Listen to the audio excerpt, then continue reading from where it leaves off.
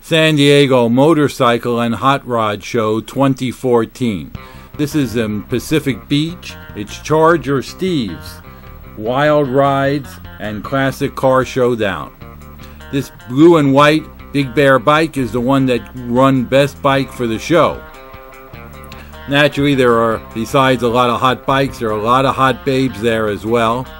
And there was entertainment. This is probably one of the best bike shows and car shows in San Diego because it's free to the public and they always have a lot of entertainment going on all day long.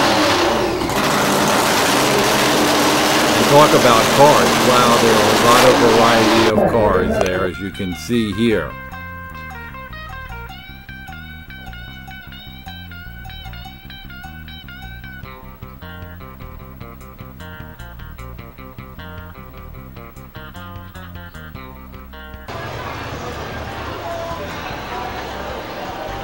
Not only were there cars, but here's a high-powered speedboat that was also there.